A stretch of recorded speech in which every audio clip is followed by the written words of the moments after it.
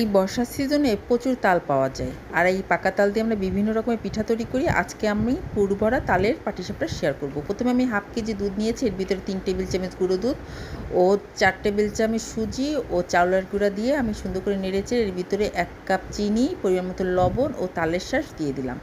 এখন সবগুলো উপকরণ সুন্দর করে নেড়েচেড়ে আমার মেশাতে হবে যাতে দলা না পেকে যায়। এই পর্যায়ে আমি দিয়ে দিলাম নারিকেল কোড়া। নারিকেল কোড়াটাকে দিয়ে আমি আরও কিছুক্ষণ নেড়েচেড়ে আমি এর ভিতরে কয়েকটা কিশমিশ দিয়ে দিব।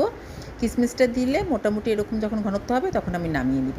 এখন পাটিসাপটার ব্যাটারের জন্য আমি ৩ কাপ চাউলের গুঁড়া ও ১ কাপ ময়দা, সাথে দিয়েছি পরিমাণ মতো তালের শাঁস ও দিয়ে দিলাম এখানে ১ গ্লাস দুধ ও হাফ গ্লাস পানি দিয়ে আমি মোটামুটি যখন লাগলে আমি আরেকটু পানি অ্যাড করব, সাথে পরিমাণ মতো লবণ দিয়ে দিলাম। দিয়ে আরও ভালো করে নেড়েচেড়ে এখন আমি একটা ফ্রাই প্যানে তেল ব্রাশ করে দিচ্ছি।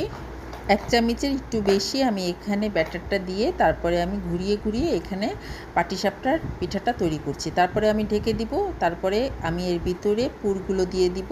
পুরটা দিয়ে তারপরে আমি আস্তে আস্তে ভাজ করে নিব। আমার এই পিঠার রেসিপিটা আপনাদের কাছে যদি ভালো লেগে থাকে তাহলে চ্যানেলটা আমার ফলো দিবেন এবং লাইক কমেন্ট করতে ভুলবেন না। Thank you.